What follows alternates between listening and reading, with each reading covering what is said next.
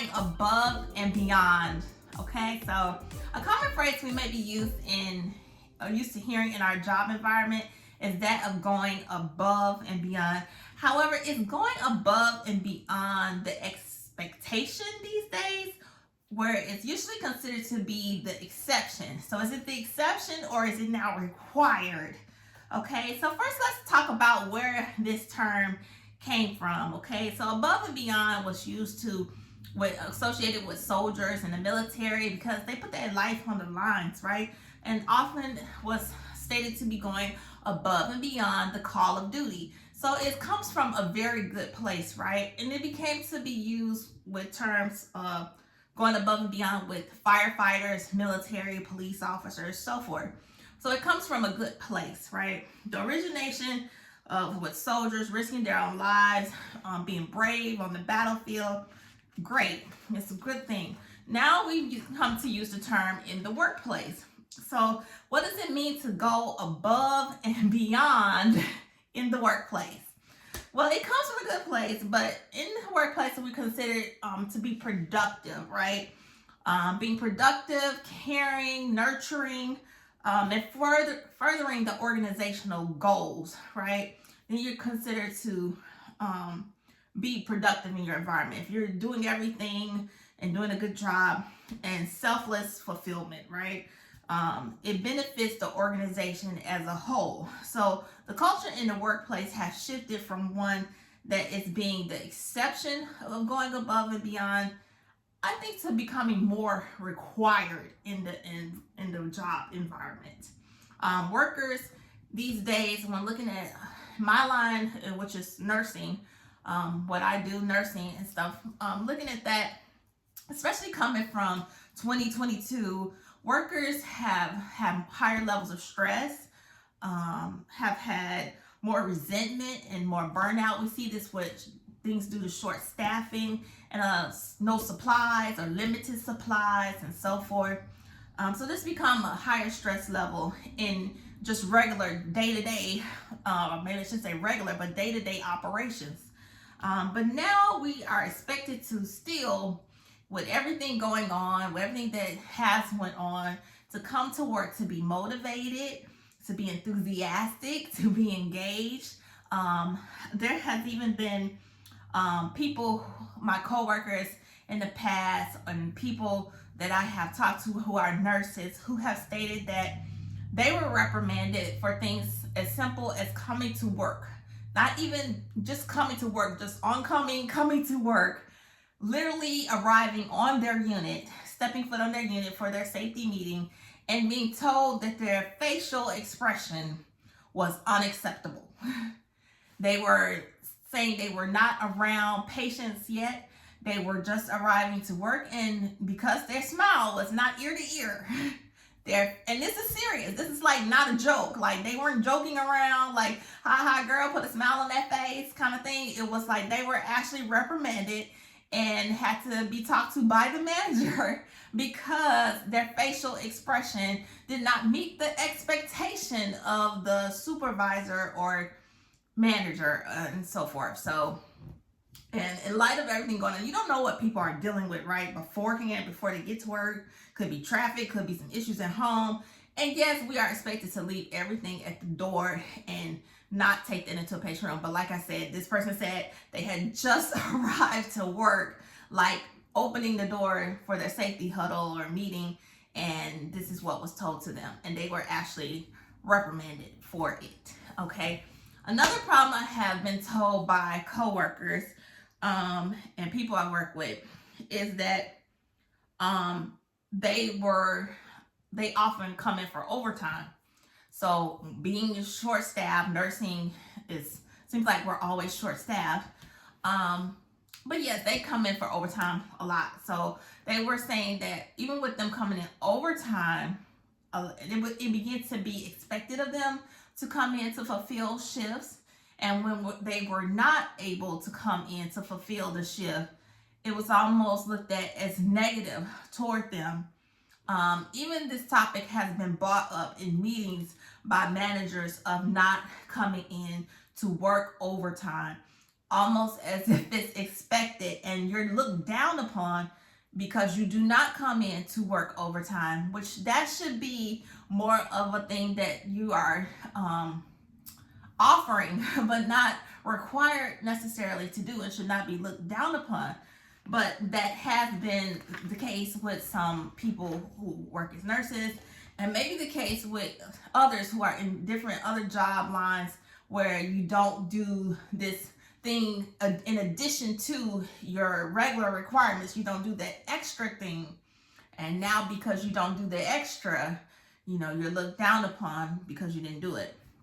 And the culture becomes that of involving fear and imposing their will upon you.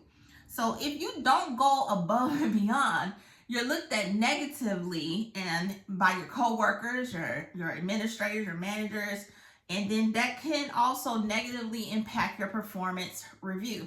Now, performance reviews having an attachment of above and beyond, when you attach above and beyond to the performance review, it almost looks as if it's becoming a requirement instead of the exception.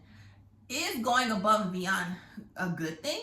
Absolutely. Going above and beyond can be absolutely a wonderful thing of your own will, your own desire out of your heart. And especially in nursing, you have that desire to go above and beyond for your patients, to care for them above and beyond. Now, thoughts become, with the things that we just went through in 2020, I'm saying just, it doesn't seem like that long ago, but in 2020, going through all of that, you got to think that nurses were going above and beyond, and not just even nurses, respiratory therapists, doctors, and healthcare workers in general, nursing assistants, above and beyond, because you were working with less staff.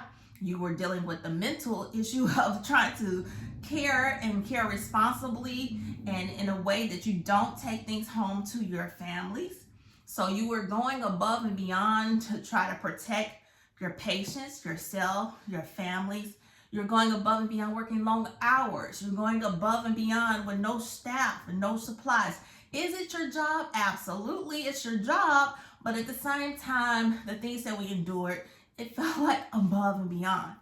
But then also now that we're out of that situation, we're still dealing with issues such as staffing shortages, dealing with things such as limited supplies, dealing with things such as regular job, I would say, politics that exist in the workplace.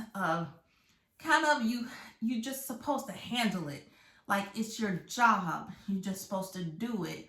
And that's really something that affects the culture of the workplace, okay? You can be looked at by some coworkers or management as being considered lazy, as being considered having unproductive, and it can negatively impact the way you feel about your job performance, and just your overall mental well-being of going and everyday day-to-day operations. Okay, looking at this topic, I looked at an article. It talked about this issue in the Ukraine, in the UK. In 1980, it had union membership there, and it was the people who were part of the union. There was 12.2 million that were associated with unions, and now is down to 6.6 million. I think that since unions don't exist everywhere, but unions can be particularly helpful in being that bridge between employees and the management and so forth. But there is a decrease in unions now. Employees are also encouraged to do engagement surveys, to voice their opinions, right? And to have their ideas and concerns heard. But oftentimes these ideas and concerns seem to feel like they are overlooked in the long run, and they are told basically that things are just part of their job. It's part of your job because you're a nurse. It's part of your job as a nurse to do charge nursing, because even though you don't get paid, they just put it under this umbrella. Now, there are places where charge nurse is paid, and there are places where it is not a paid you're not paid in addition to or an amount in addition to, kind of like you pay for your shift differential. You're not paid like an amount because you do charge nursing. Okay, so it's very important to look at your job description. Okay, well, looking at job descriptions, sometimes they are very vague. They're not specific terms or specific things. And then in nursing, it is kind of like, well, you're going to do a specific thing for every little thing? No. Okay, so there are, in a way, it almost feels sometimes like they put additional activities and things under this umbrella term in a job description, and they say, oh, it's part of your job description, and they adding on additional duties to your job description, or the job description that is there, and they putting it under an umbrella. Okay, so it can be adding more tasks, more obligations. Do jobs take advantage of the genuine good nature of their employees? Well, that's something that you would have to really think about with your job, because I think that there is a psychological component there. And when you're looking at the career area of nursing, pretty much everybody I know about nursing that is a nurse didn't get into nursing to not care. We care, and that's why we're there. Okay, so to take advantage of that natural caring nature of wanting to take care of patients, or wanting to take care of them and do our best for them, but to keep adding on and to say this is your job and you work with this, you just have to handle it. You're just gonna have to figure it out. You're just gonna have to do it. And yes, you may. And for the tried and true nurses out there, we do that. We do what we got to do because we're doing it for our patients. We'll take the hit for our patients, whatever it is. We just deal with that because we're trying to care for our patients, and it's not their fault. So we take that in.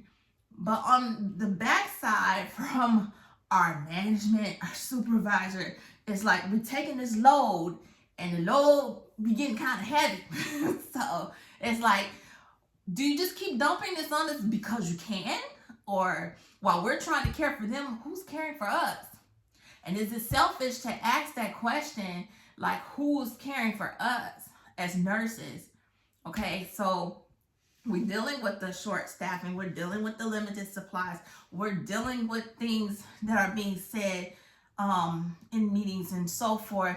And we're trying to do our best under the current situations. Okay, so how does this play on your moral conscience? How does it play psychologically into your mental health, into everything that you're trying to do, into basically the performance too? So for those who try and keep trying and, hoping that things will get better, hoping, for more staff, for more supplies, for better condition, all to no avail. For those who hang in there, and see it through the day, make it through a day, you did it. And maybe you made it through this week, and maybe, just maybe, it gets better in about 2 or 3 weeks or a couple months. It gets a little better. Is there light at the end of the tunnel? Gets a little better, but then we fall back into the same patterns, to the same situation. What happens to staff? Then we question nursing retention. What's happening with our nurses? Why are they leaving? Maybe we need to look more at our situation, our job environment, our culture. Maybe we need to look at how do we retain nurses, our staff, our nursing assistants. What needs to be done? Do we need to just keep going above and beyond? And what happens when that above and beyond is not the above and beyond that the management and the supervisors intended for you to do?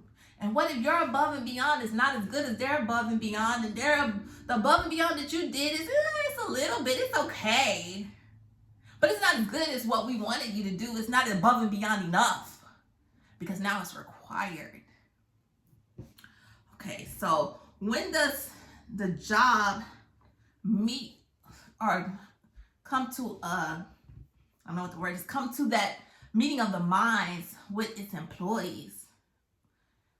Come to some kind of understanding, or to be able to at least empathize with its employees. Okay? It gives new meaning to the term work you to death. Do we have to go that far? Do we need to go that far into that phrase? Okay?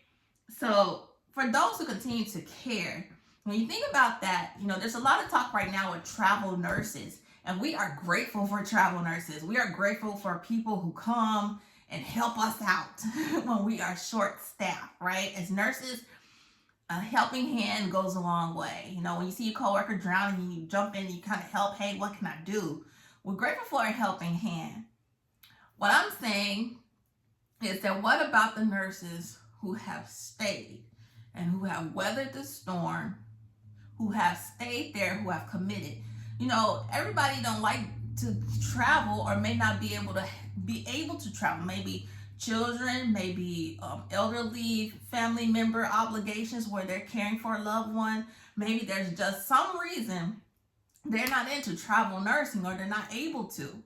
Maybe they just decided that, look, I committed to this job. I committed to staying here. This is where I'm going to be. I'm committed to this population of patients, and this is where I'm going to be.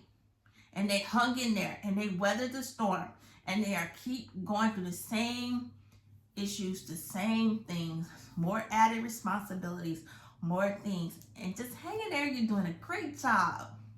And don't forget you're above and beyond. So it's just something to think about. And you don't want to get to that phrase where you are worked to death. You have to take care of yourself as well. Okay? So looking at some articles and just trying to research this topic, there was an article that looked at a study in 2021. And, there's different populations anyway. And I'm just going to say, like, as a black female working, you always feel some kind of way sometimes that you need to go above and beyond. You need to do more. You need to do more. You just need to do more. Okay, and that's what I'll say about that. And the article showed that black employees in the U.S. were far more likely to feel they needed to work twice as hard. So some environments may feel that, in addition to all of the other things that they're feeling. Also, and there was during the 2020 situation, there was pushback between the thought that doing well at work meant doing more. Like, in order to do well, to do a good job, you need to do more and more and more and more. And if you're not doing more, you're not doing a good job. So there was definitely two different states of thought on that issue. Now, what we're seeing is, especially in nursing and maybe in other areas as well, is that yes, you have new graduates and new nurses that are coming into the field, but they're not staying. They're not sticking around for things that, the older nurses or more seasoned nurses are putting up with, so to speak, or are just going through because maybe they got used to it or conditioned to it. The millennials, the new nurses, I don't know what the next phase is called because we're kind of moving from the millennials, but the newer grads, the newer nurses are not sticking around. The new grads are not sticking around for the things that maybe the seasoned nurses have stuck around for. They're going into travel nurses. They're finding new and better opportunities, so to speak, and moving on. And even though there are incentives in place to try to encourage them to come and to stay, they may come, but if the conditions are not right, they're not sticking around. So that will definitely be a thing that will have to be addressed. But to all those nurses who've been going above and beyond every day, kudos to you. Yes, it's what we do because we care. Is it required? That's for you to decide. Is it still considered the exception rather than the rule or the expectation? Maybe you'll have to decide that for yourself on your job. I would just say to take care of yourself, to do things and do it from the heart because you're willing and you want to do them, and just know your own personal value and to feel that value. I think that's definitely a thing that many jobs will want to take a look at, how they're valuing their employees. And for those who keep giving and giving of themselves with all the other conditions and going above and beyond, it's because we care, because we're coming from a good place. So just take care of yourself, think about that in terms of going above and beyond, and find that balance for yourself. And really, I don't know if with this requirement type of thing and associating with your performance review, but definitely keep coming from the heart, from that good place in yourself, and have to answer that question for yourself. Is going above and beyond now the expectation? And answer that question. Yeah. Something to think about, guys. That's going to wrap up my video for today. I hope you guys have a great day. Be blessed. Take care of yourself, your mental health, everything, so that you can take care of others. Have a great day, everybody. Bye-bye.